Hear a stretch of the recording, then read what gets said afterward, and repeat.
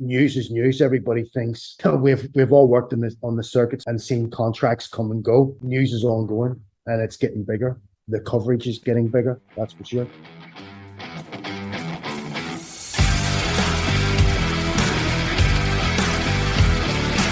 Welcome to the Circuit Magazine, the #1 source of information on protection matters, the industry-leading magazine for all security professionals who want to stay ahead of the game.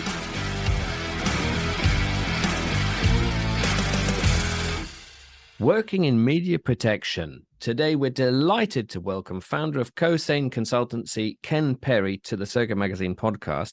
John Moss and myself are delighted to welcome him on because I think this is a key area a lot of people don't quite understand. What do you think we're going to get out of today, John?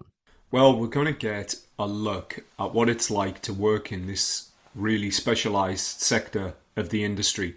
So, there's going to be some stuff that's familiar to all of us within protection across the board. And it's probably going to be, not so much the textbook stuff, but the other little parts of our job that you don't necessarily think about when you're on your training course and when you're in your early transition. It's the other parts that we bolt on to make ourselves valuable and valuable to that that client, and also useful in the environment. And in this situation, the client is very different and the environment is different to most of us outside of hostile protection. Because this is a very different skill set and operation than a traditional protective role. People are going towards the danger. The goal is to get the story. It's to be in harm's way. And I guess that's a very difficult position for the protector, isn't it? Yeah, definitely. It goes against everything, all of your natural inclinations, as a protector. And here's the thing, if you've transitioned from the military, as most people do who go into that line of work, then actually you're probably slightly better cut out for it. And the sooner the transition from the military, probably the better equipped you are. And the reason I say that is because, in the military, we are going towards danger in many cases. And so it's only when we come into security, and the longer you build your career as a security advisor, a consultant, a protector, we are always trying to remove the client from danger. Now, if you do that with the press, with journalists, they're never going to get their job done. They're not going to get the story, and you're not going to stay long in employment, I wouldn't imagine. That's a tricky balance. Yeah, you think saying no to a high net worth principle is difficult. This is sort of now counterintuitive for the role of protecting media. So yeah, great friend of the industry, great friend of the Circuit Magazine and the association. Wonderful. We're very much looking forward to hearing from Ken Perry, founder, Cosain Consultancy, on working in media security.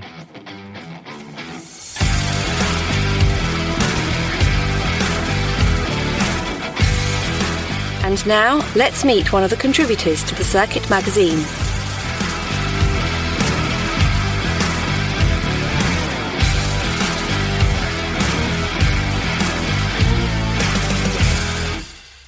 Media protection for the journalist community. Today, John Moss and myself are delighted to welcome Ken Perry, founder of Cosain Consultancy, to the podcast. It's a pleasure to have you here. How are you doing? I'm doing well. Thank you very much, guys. A pleasure being here, and thank you for having me on. It's wonderful to have you on, and also bringing the pages of the magazine to life with this very podcast. So, media protection. Let's go into our 3 quick fire questions. What's the biggest challenge we're trying to solve here? What's wrong that needs a solution right now? I think over recent years, I've been doing media protection since 2010, early 2010. I think over the kind of last 4 to 5 years, there's been a big spike in the threat towards journalists. A lot of that's to do with the fake news narratives that have came out. Certainly some of the bigger networks are more targeted for that.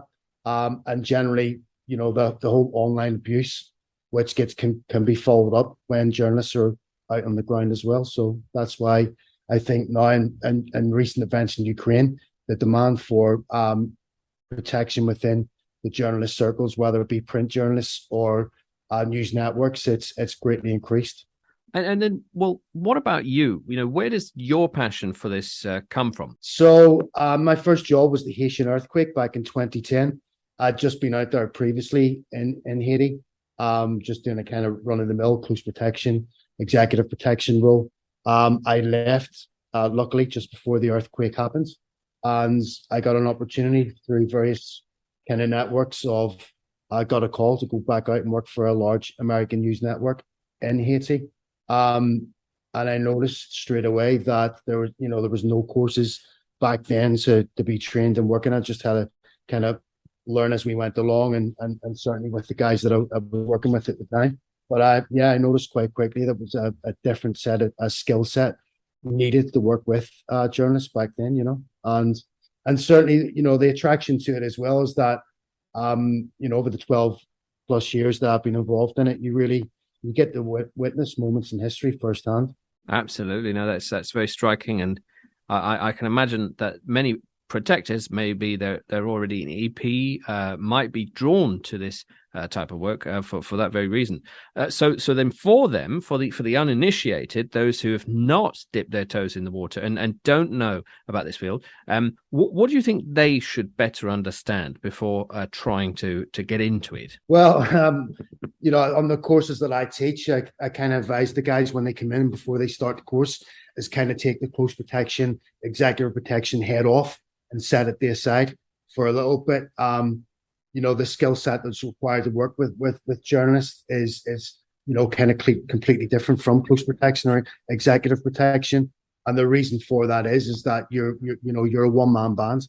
You're there to, help the guys produce the story on the ground as well, which, can be from helping the cameraman out to get a picture, get a shot, get a good satellite connection for live shots. So it's, actually a very small amount of time is needed to actually give security advice and do security on the ground. But to be successful working within the team, you've got to go in with a kind of varied attitude to helping the correspondent, the fixer, the producer, whoever that may be. Yeah, it's really interesting, that, Ken. So, what you're saying there is there's no room to be passive on this sort of gig, right? You need to be very proactive and ready to roll your sleeves up and get involved in the job there, which is something that we should all take, that kind of mindset, regardless of the sector that we work in. But, one of the points that you alluded to there, quite often, you're on the ground on your own. You're not part of a team necessarily, or yes, you are part of a team, but it's not a security team. So, that makes us realize that, okay, teamwork, it's got to be a big skill set. Is that something you can speak to? Is that something that, you found in your experience?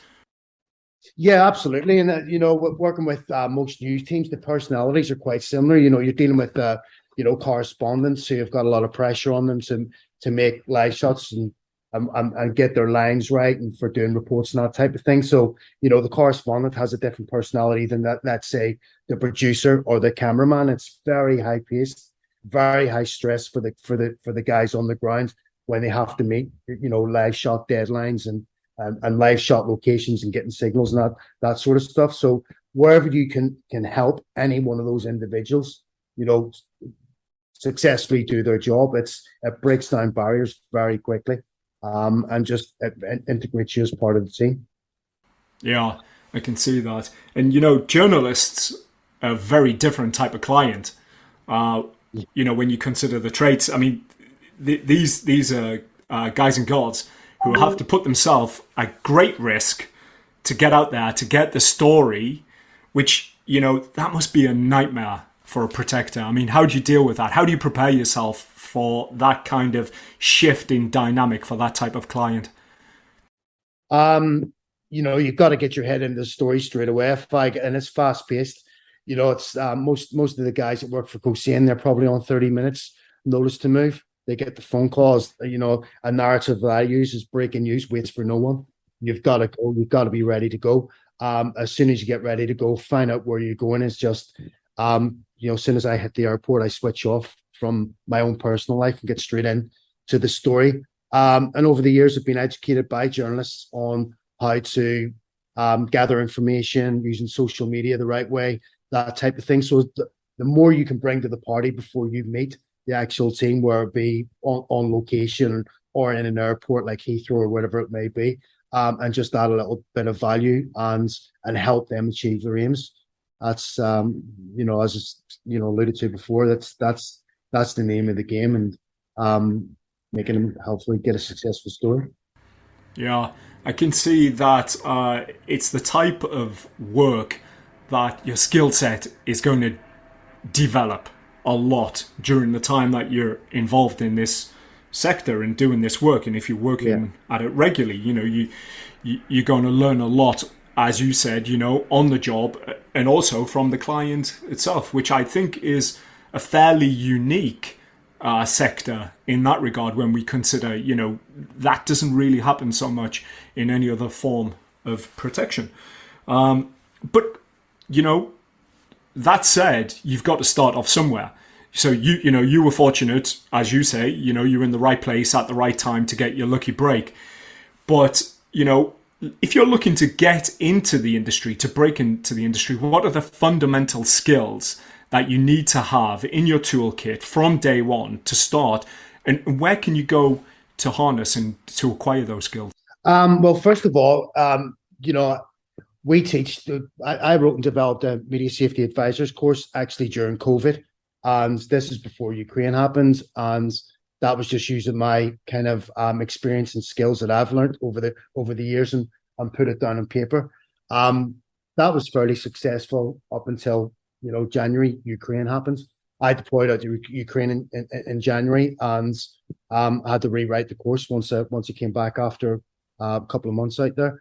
So obviously doing a course prepares you as well, but little things like, when you're there, you're primarily, you're the team medic. So anything happens, you're the first person that's going to deal with a casualty or an injury. So, I mean, my biggest advice is people that keep up their med skill sets, doing, upgrading, certainly to the FRAC qualification. That's what all the major news networks are looking for. They're looking for guys and girls really to be minimum FRAC 3 and FRAC 4. That's the deciding factor for a lot of the networks to employ people. Now, whether that be backwatch on the streets of London, something we're dealing with at the moment.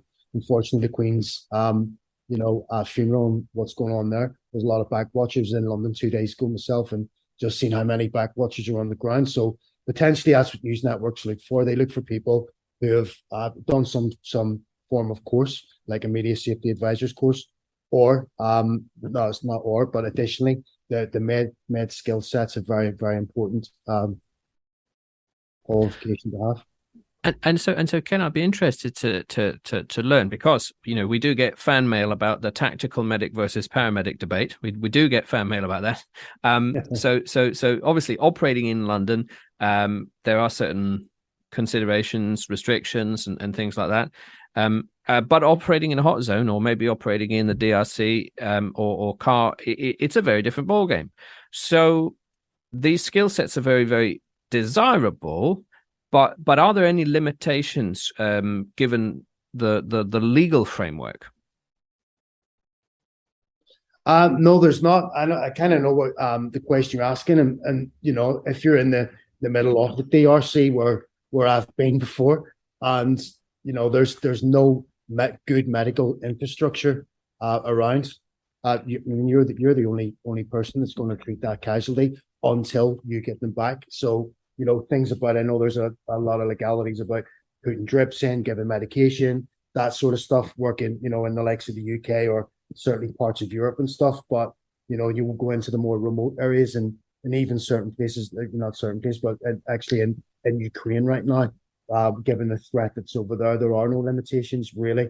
I mean, if you're going to save a life, and you do whatever is necessary to save a life, Yeah, absolutely, and that's great. That's great work, and great if you have that skill set. But then let me reconcile that, because earlier you said that sometimes you have to put your EP hat down, or maybe you advise people to put their EP hat down. How does that work in practice? I think once you go on the ground, it's the reason why I advise that to the people who come on the course. It's a small percentage of your time is going to be spent actually doing security work, standing around a camera, that type of thing. You're there more to help the production of the job. So if you've got to run and get a cameraman a cup of coffee or a meal and set it down in front of him, because these guys literally forget how to eat and drink because they're so busy, so stressed trying to put a package together that's got to go out for a deadline. Those small things go a long way in building up relationships and making the team work. Dealing with local drivers and fixers, making sure they're included as a part of the team. You're just trying to bring balance to the force, so to speak. Dealing with financial matters, going to buy rations if you need them, and preparing vehicles going out the next day. Writing risk assessments, massively important. Right now, and any environment, but more so in Ukraine right now, our guys develop every time they move, they've got to write a risk assessment, and those risk assessments go right to the top of the news channels, to the head of the international news, before a move can be cleared to go. So you actually, when you get on the ground and work with a news team, it's extremely busy, and that's just part of making it work.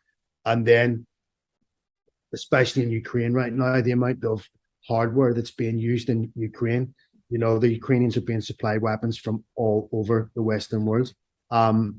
Often reporters will look at you and say, well, what's the capability of that weapon? And you need to know it.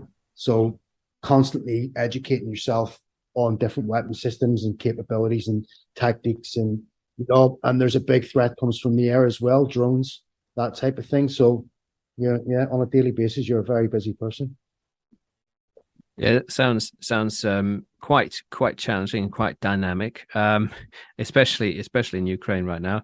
Does it help then if you have a military background? Is that the type of audience we're going to really talk to with this podcast, or could it be learnt from someone that's been a generalist?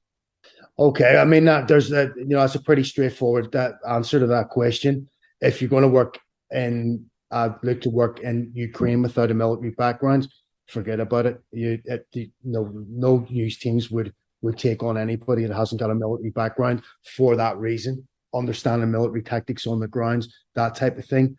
But that said, we've had guys working in the Champions League final, the Europa League final, on the streets of London right now, covering the whole the Queen's funeral and that type of thing. So doing the backwatch, there's you have the hostile environment deployments, which are typically Ukraine, Iraq, Afghanistan, that type of stuff. But the backwatching capability and doing large events like that, I mean, you don't need to be military for that, and we teach that again on the courses, and how to work in riots and demonstrations. With the amount of demonstrations that you get, in the year, whether it be Extinction Rebellion or we have Brexit Rex demonstrations, that type of thing. I mean, you don't need to be ex-military for that. So Ken, historically, this is an area that I think it's fair to say has been dominated by former SF. And I mean, is that something you would agree with, first of all? Yeah, absolutely, John. When I first started, it was, mainly SF or, kind of elite units, within, like SFSG or Marines or parachute regiment, that type of thing. However, that said, one of the reasons why I wrote the course is that, I was going back to my clients and they were wanting the gold star option of, an ex parachute regiment guy or ex, sort of SF guy. And the threats got so big and the need for security has got so big also. That there's just not enough people to go around. So that's why, I kind of wrote the course. But and when you look at it, what have we been dealing with over the last 20 years? Afghanistan, Iraq. So there's a lot of non-SF guys and girls out there with a hell of a lot of operational knowledge.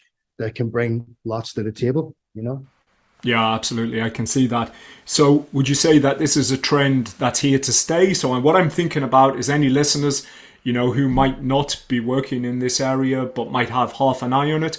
Is this a safe area for them to start investing in? Getting the training under their belt. Trying to take on some work in this area. Is it going to endure? I think so. With the clients that I work for, I spoke to some of them and was, said, in place of, how do we get a foot on the ladder in most areas? It's quite hard to do. So I spoke to my clients, said, look, if I write this course, show this course, the modules that are contained in it, and if they sit that course, would you accept that in place of experience? And they said, yeah. And about 90% of the people I've got in the grounds now in Ukraine and other areas never had that experience before. So I think Ukraine's a good place to get started and get a couple of experiences on the CV and stuff. And after that, news is news. Everybody thinks we've all worked on the circuit and seen contracts come and go. News is ongoing and it's getting bigger. The coverage is getting bigger. That's for sure. Yeah, and just thinking about that transition period, it's not necessarily going to happen overnight. So have you got any tips for, what protectors can do to stay patient? And also at what point, maybe they should look and think, well, maybe I'm actually not suited for this line of work. How do they recognize whether they're the right person for the job and they just need to be persistent, or if they're just, fundamentally not suited for this type of work? Yeah, well, the news business is not for the faint-hearted, certainly. The more hostile frontline stuff. I think if anybody that's going to, and I'm quite honest with any people that I deploy on the grounds, you're going into a situation where you are going to face incidents. There's no doubt about it. And it's not a natural thing to go towards the trouble when everybody else is leaving the trouble. So somebody has to be very honest with themselves before they go down that road. Is that, are they, willing and prepared to go to a frontline situation or into the middle of a riot situation with a news team? It can be quite unnerving. That's for sure. So, that's a conversation somebody needs to have with themselves. And I think you're quite right what you said there also, John. It's you got to keep persistent. I've had people come to me and asking for a job, and it's very much at the right time to get on there, and some people I review their CVs and say, well, maybe you want to go and do invest in a better medical qualification, and it's a daily challenge. People come, they say, well, what about FPOS? I've done FPOS, or I've done a MARA course. And the simple fact is that, the client gets what the client wants, and the stipulation with all the big news networks is that the FREC course, FREC 3, FREC 4 course is what they want.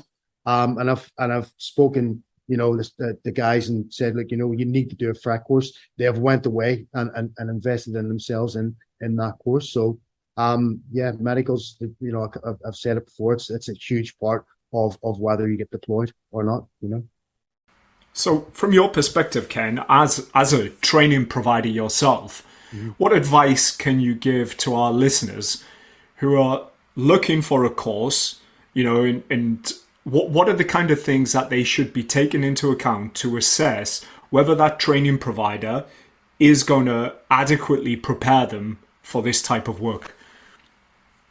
Obviously the course content, going by, reviews off that trainer or whatever. But, the sheer sort of fact of it is, John, is that there's not many people out there providing this type of training.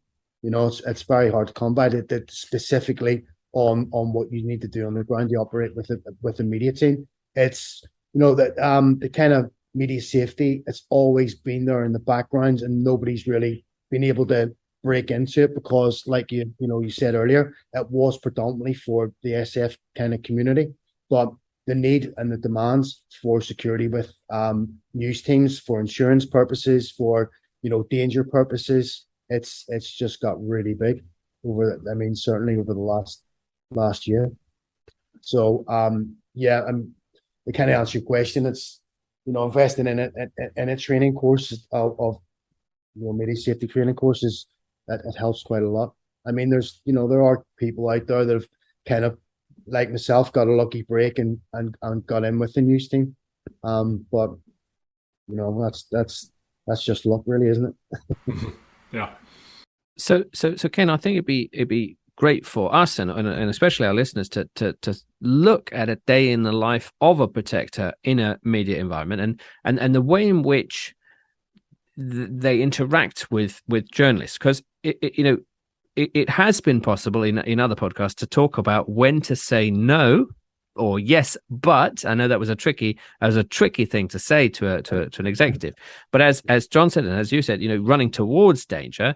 Can you paint a picture of how that plays out in a day in the life of a media protector?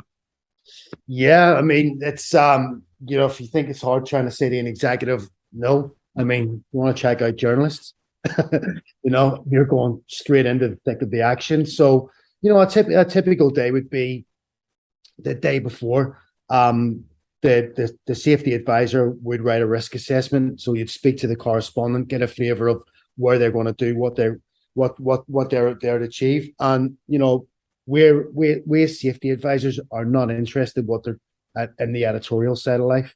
We're just interested in getting them where they need to go and as safe as possible. So the risk assessment would be written. That would be sent in the night before, or sometimes a half an hour before you move off. It just depends on the story. That would be reviewed, and then you'd set off on that particular task.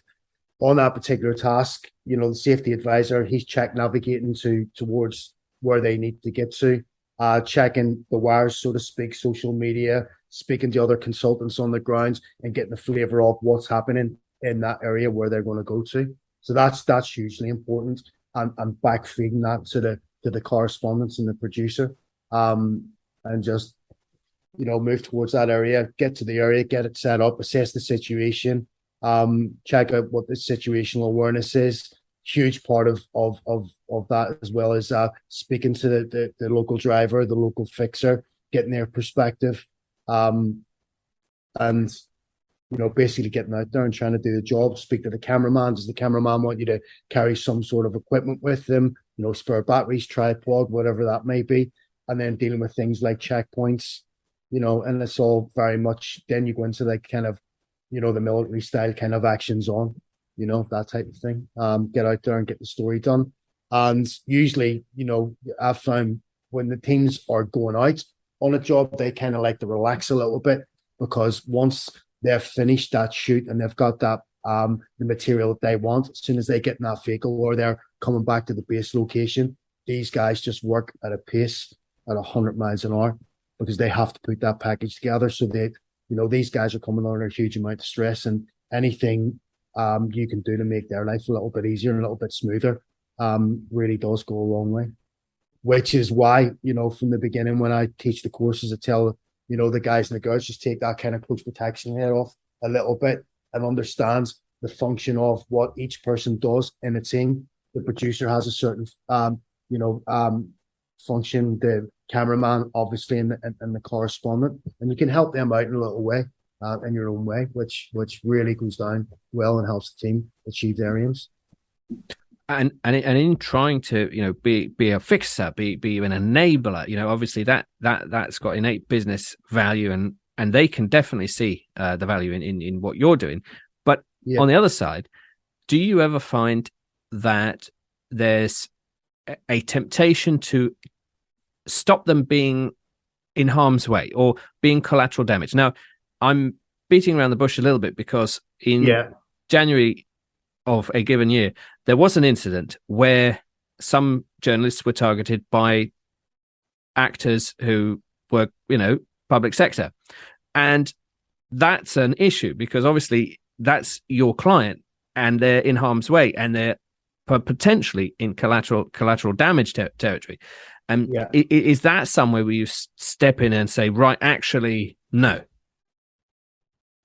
Yeah, of course. I mean, I've had it many times throughout my career where you have to step in, but before you do that and you do say no, you've really got to do your homework and explain to these guys why you're saying no. Putting that that it's operation certain desks, that you go down a certain roads to get a certain piece of footage or whatever it may be. And in my experience, it comes to a point where you do explain it and you explain the risks and highlight the risks.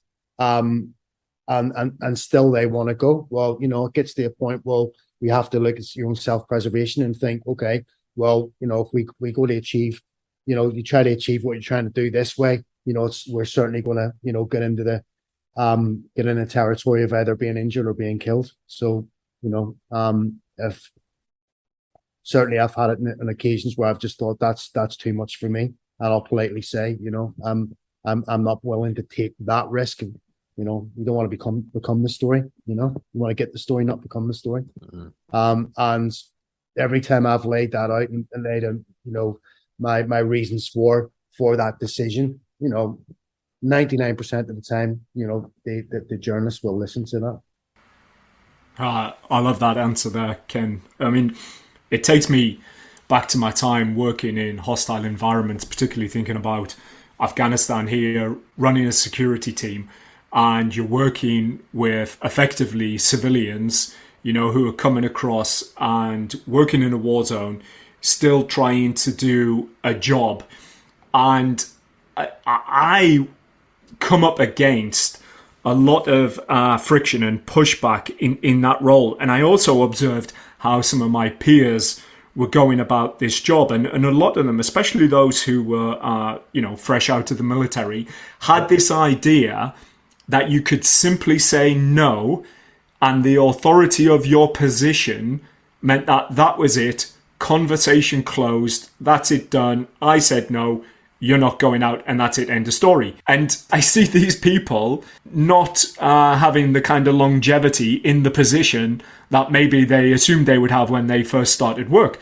And I think, that really speaks to that point of not only, you've got to do your assessments, you've got to understand the risk, but you also need to be able to communicate the reason why. So you need to do your research, and you need to be able to communicate that.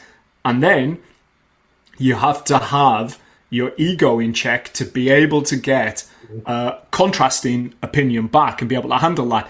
And, I think that's something that everyone could do well to learn as early in their journey as possible. That's a fantastic point. No, absolutely, John. I can draw back to 2014. I was in Gaza with, a news network, a major news network. Had never been in Gaza before. And the correspondent that I was working with had a huge amount of experience, like 20 years experience of being in Gaza. You'd mentioned about ego. That's certainly one thing you can't carry into working with journalists, bringing it, a kind of ego with you, because you're dealing with people who have been, working in hostile environments for, 30, 40 years. And in some cases, that I've some real senior journalists that I've worked for, and certainly drawn back to my time in Gaza. I was asking the correspondent a lot of security questions about Gaza, and actually taking advice off him, and learned a hell of a lot about the people, the ground, the area that we were operating in. If you walk in with some sort of ego, it's just, you're done for, But just on this conversation, there is a chain of command, so to speak, within the networks as well. Most of the networks, they have what we call the desk, or in American terms, they call it the bridge in some cases, and that really is what the foreign desk, and the reporting. That's for us to understand. That's like the ops room in the military terms. So every time the journalists move, usually it's the producer, they have to feed back to the desk of where they're going and what they're going to do. And if you come into a situation where, they want to go, but you don't think it's right, you can always refer back to the desk and explain to the desk. Because it happens, it's a fact of life. You get a clash of personalities. You get correspondents that particularly don't want, they see having media security with them as a bit of a block to what they want to do. So, you've got to build a relationship up there, because you're going against the tide in some cases, where they just see you there as to stop them from what they're doing. And so building up relationships again is really important, and managing personalities. But talking about going back to the desk, which I've done a lot of times, and explains, I don't think it's a good reason we go here because of, ABC. The desk can kind of handle it and interject and say, well, okay, we don't want you to do that story today, or whatever it may be. And so with that, in that context, and you mentioned before, got to be prepared, got to be able to do their research. Of course, there'll be all sorts of wonderful intelligence feeds that you can buy and subscribe to, and protest intelligence and this and that. But is it really, just to get started, would you say to them, get an Economist subscription, or buy the odd FT, or something like that? Is it as simple as that to get them going with current affairs, or is there something more specialized they should be looking at? That's a great question. I mean, we there's different newsletters out there, which some of them I'm not gonna mention, which are worth watching better than others. Staying up. What I do is that I don't have to sit glued to the news all day. There's certain channels that I'll watch, and I'll browse around and see what's potentially happening in the world. I mean, Twitter, you can't really get anything better than a subscription to look on Twitter and what's going on in the world. And if I see, something potentially kind of bubbling somewhere, then I'll focus in on that area a little bit more, and try and find out what's going on, what the threat is, that type of thing. So if you do get that call to go anywhere, then half the battle's knowing what's actually going on in that country. Just getting yourself sort of started a little bit. I think how do you get on this? I mean, the biggest opportunity, I think, in recent times is certainly what's going on in Ukraine right now. There's a lot of people that have been deployed in Ukraine that have never worked in the media security industry before, and constantly keeping up to date on what's going on over there. It's huge to get your knowledge of that place. And on top of the knowledge of that place, I suppose the ability to get there. Maybe not Ukraine. It's probably not going to apply there.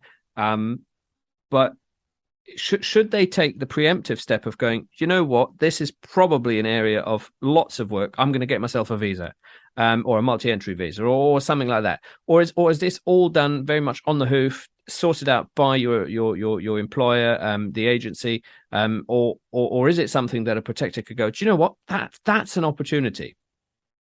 You just raised a really good point there. Getting a visa, for instance, a multi-entry visa or whatever, if you've got that ability to do so, for some countries, if you contact many of the different companies that hire guys to go out and do media security, if you phone them up, you tell them you've got a visa in place, you've got, like, let's say you need inoculations to go in certain countries now, you've got that in place, your med skills and your certificates are up to date. I mean, those guys, that will get you a job straight away. They'll rather than wait for somebody to get a visa. And I've done it in the past myself, actually. Got myself visaed up for certain countries, or had that visa already in my passport and the ability to move quite quickly. I take it there wasn't many anti-vaxxers working in media safety then. No. It's you got to compromise your morals if you want to work, really. And I when COVID came around, certainly said that to a lot of guys. It's like, well, whether you're anti-vax or not, if you want to work, you got to take that job, because that was not so much now. It's kind of fading out a little bit, but that's certainly, that was a big requirement. You have to be, kind of double jabbed and booster and all that kind of thing. And if you weren't, they'd just go to the next person and take the next person who's available, Yeah, and to kind of perhaps end this off with how we started, which is referencing your article in the latest edition of the Circuit magazine. In that article, you list some great points, 12 points about how to break into the industry and, be successful and stay in it. And the one that really catches my eye is the final point that you made there, have a sense of humor. And knowing you as well as I do, I know that's something that you wouldn't have struggled with yourself. But have you got any tips for anyone else who's coming into the industry? I mean, you're gonna you gotta walk. You walking in there, you're gonna walk. If you've never worked in this area of the industry before, you're gonna be listen. It can be quite daunting for a lot of people. They go in and work with a big correspondent who's well known. You've maybe seen them yourself on TV quite a lot, and now you're working with them. You got to build that rapport, and ultimately, you've got to give them advice if it's needed. And breaking down the barriers, the social barriers within the team, and just knowing you're going to be working in a high tense environment, and don't take things personally. I've been screamed at by cameramen, by producers, by correspondents, and took it on the chin, but got them back later on for it. Love it. Well, absolutely. You've painted a great picture. I'm sure there'll be people who have not considered it before and are now very much considering it, as well as people who've, they need your guidance. They need a course such as yours to sort of get in there. But yeah, how could people get in touch with you as the weeks and months go forward? On the website, really, we regularly post dates of courses on our website, and they're open to everybody and anybody. And I've designed the course in such a way that we cover both aspects of it. So we'll cover the whole kind of backwatch, being able to work in riots and demonstrations, and covering the events that's going on in London now, and to the other end of planning, like a frontline daily operation in the likes of Ukraine. But we're running a course, I think, on the 26th, 27th of this month. And what we also do, we also train freelance journalists as well, and that's a great way for us to keep our kind of currency up of training, guys and girls to work in media with media safety, as a media safety advisor as well. Fantastic. Well, thank you very much for coming on. Thank you for writing the article. I love this dynamic, and I think there's more to explore. There's more to explore, isn't there, John? Yeah, for sure. It's been so good. We could have kept on going easily for another hour. Maybe we'll have to get Ken back if he's got time. Absolutely. He's a busy guy. Yeah. Pleasure being here. Thank you so much for having me. And look forward to the next time. Well, thanks very much. And this has been a fantastic look at media protection and journalist safety. So from John and myself, thank you very much, Ken. This has been another fantastic edition of the Circuit Magazine podcast.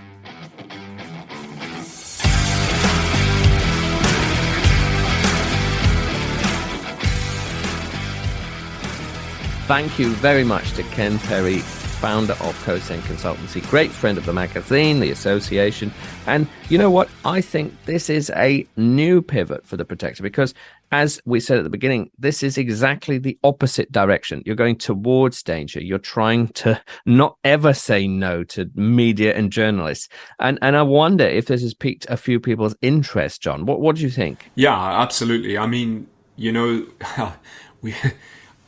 This is one of those jobs that kind of falls into that sexy role, isn't it? Or at least it is in the imagination. I think Ken might have dispelled a little bit of that with stories of making cups of tea for camera crew and so on. But, it's great to get a real picture of what it's like to be on the ground. And, it's absolutely essential for anybody thinking about going into this line of work that you need to understand the kind of bricks and mortar of it. You need to be aware that you're gonna have to leave your ego at the door and be prepared to muck in and be a part of a team. And also be prepared to do a lot of current affairs reading, maybe sometimes with no specific goal in mind.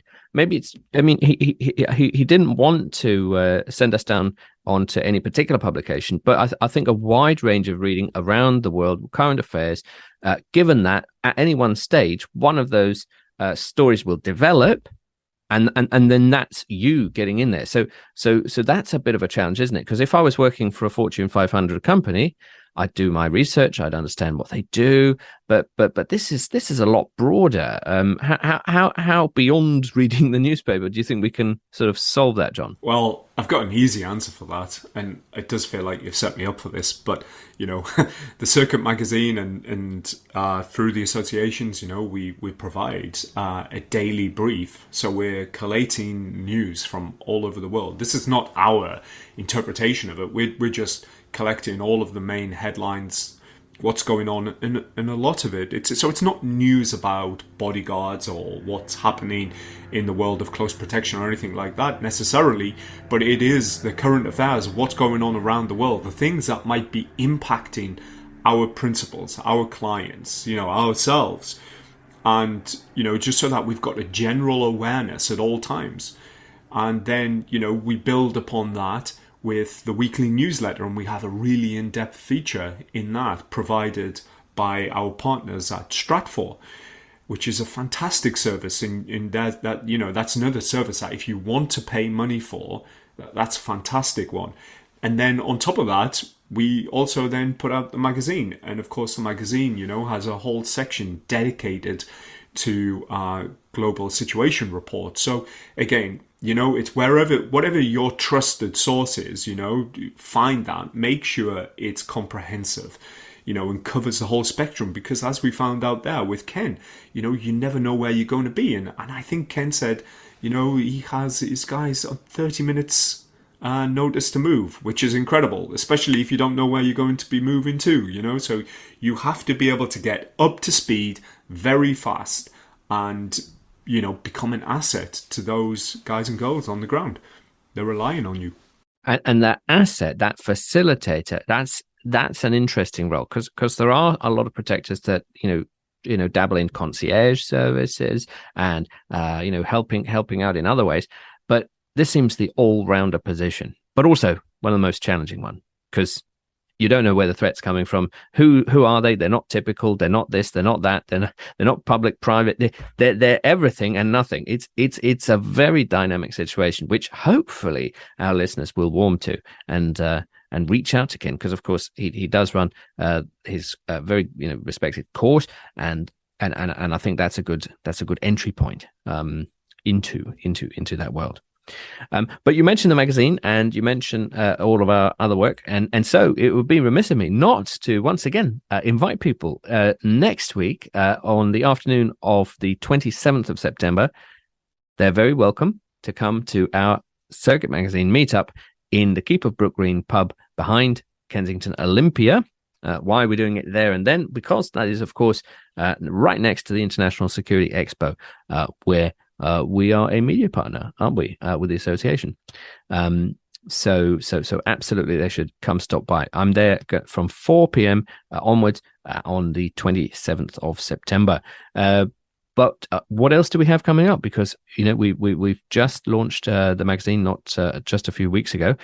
What's next on the horizon? Yeah, so this is a busy time when we're putting together the next issue, when we're trying to build a theme and a feel, and obviously looking out for good quality articles. So if you're interested, if there's something burning on your mind, if you think there's something we haven't covered recently in the magazine, then either let us know your thoughts, what you want to hear more of, or indeed write it yourself and send it in to us. Wonderful. And we'll help. You could be first time writer, we'll help, or you could be long term contributor as well. So very much looking forward to that. Date for diary. Is it too early for me to do an extra date for diary for January? Is January too far away, or is it fast coming around the corner? You've gone there now. All right. 26th of January, the 8th annual Executive Security Close Protection Technology Forum in London, Grand Connaught Rooms. Please add that to your dates for diary. It does not clash with the World Economic Forum, I'm sure of that. And it is very much, an event on the calendar to include. So that's 26th of January. However, that doesn't preclude you coming to see us next week on the 27th of September at the Keep of Brook Green. So thank you very much to Ken Perry, CEO and founder of Cosain Consultancy, for talking about this crucial and fascinating media safety and security protection topic. From John Moss and myself, this has been another fantastic edition of the Circuit Magazine podcast.